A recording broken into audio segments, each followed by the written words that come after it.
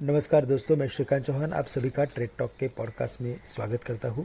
सबसे पहले अगर हम ग्लोबल मार्केट्स की अगर बात करें तो वहां पे हमने कुछ वीकनेस देखा है। एशियन मार्केट्स में स्पेसिफिकली जापान का मार्केट आज लोअर लेवल्स पे ट्रेड कर रहा है। एशियन मार्केट्स में बाकी मार्केट्स में भी हमने कुछ सुस्ती देखी है। गिफ्ट निफ्टी लगभग 25 पॉइंट्स ऊपर ट्रेड कर रहा है, लेकिन यूएस मार्केट्स कल के दिन में लोअर लेवल्स में यानी कि नेगेटिव टेरिटरी में दूसरे दिन बंद हुए हैं।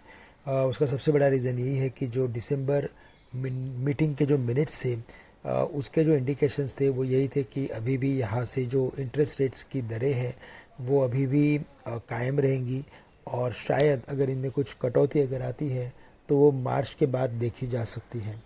तो probably in the month of June 2024 rate cut की संभावना है, लेकिन इन द नियर टर्म हमें लगता है कि ये रेट्स की दरें, इंटरेस्ट रेट्स की दरें अभी भी कायम रहेंगी। साथ ही साथ अगर हम ओवरऑल मार्केट के सेटअप की अगर बात करें तो कल के दिन में मार्केट में हमने कुछ वीकनेस देखा है। 21,500 के करीब निफ्टी ने आके ऑलमोस्ट उन्हीं लेवल्स के करीब क्लोज किया है, और फॉर्मेशंस के बेसिस पे हमें लगता है कि जब तक मार्केट 21,630 के लेवल्स क्रॉस नहीं करता तब तक मार्केट में एक प्रेशर बना रहेगा। 630 के ऊपर हम कुछ अपवर्ड एक्टिविटी एक्सपेक्ट कर सकते हैं, जो निफ्टी को 21,700 से लेकर शायद 750 के लेवल्स तक भी लेके जा सकता है। लेकिन अगर लोअर लेवल्स में मार्केट ने 21,500 के लेवल्स को अगर तोड़ा तो फिर हम नीचे में 21,450 से लेकर 400 के भी लेवल्स देख सकते हैं। स्ट्रैटेजी हमारी ख़रीदारी की होनी चाहिए। अगर निफ्टी में करेक्शन अगर आता है तो करेक्शन में हमें ख़रीदना है बिटवीन 21,450 से लेकर 400 के रेंज में। स्टॉप लॉस हमें रखना है 21,300 के करीब का। साथ ही साथ बैंक निफ्टी में भी हमें लगता है कि परफॉर्मेंस के बेसिस पे निफ्टी के मुकाबले काफ़ी अच्छा परफॉर्मेंस था, लेकिन यहाँ से अगर इसमें करेक्शन अगर आता है तो बैंक निफ्टी एक बार वापस से 47,400 300 के रेंज में आ सकता है। उन लेवल्स के करीब बैंक निफ्टी को खरीदे। स्टॉप लॉस रखे यहाँ पे 47,100 के करीब का।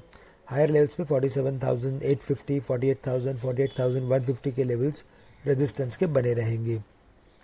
स्टॉक स्पेसिफिक अगर बात करें तो हमें लगता है कि कल के दिन में हमने बजाज ऑटो, बायोकॉन में अच्छी तेज़ी देखी। बायोकॉन ने अपने स्विंग हाई को क्रॉस किया है, तो यहाँ से वो 300-320 के लेवल्स दिखा सकता है। साथ ही साथ बजाज ऑटो ने भी स्पेसिफिक न्यूज़ फ्लो के बाद एक अच्छी तेज़ी बनाई। बायबैक के ऑप्शन का जो न्यूज़ आया है उसी वजह से बजाज ऑटो में हमने तेज़ी देखी, लेकिन अगर करेक्शन में 6,800 के करीब अगर ये स्टॉक आता है तो बेस्ड ऑन टेक्निकल्स इसे भी ख़रीदा जा सकता है। फाइनली अगर हम विप्रो की बात करें, जहाँ पे हमने कुछ वीकनेस देखी थी, और कल के दिन में आईटी स्टॉक्स और मेटल स्टॉक्स में अच्छी खासी वीकनेस थी, हमें लगता है कि विप्रो 450-55 के रेंज में एक ख़रीदारी का मौका दे सकता है। और साथ ही साथ हमें लगता है कि जो टाटा स्टील है वहाँ पे भी 134-132 के रेंज में एक स्ट्रॉन्ग सपोर्ट के सामने आ सकता है, तो उन लेवल्स के करीब हमें लगता है कि कुछ खरीदारी के मौके बन सकते हैं। तो दोस्तों, आज के लिए बस इतना ही। आप सभी से मैं आज के लिए विदा लेता हूँ, और आप सभी के लिए आज का दिन मंगलमय रहे। धन्यवाद।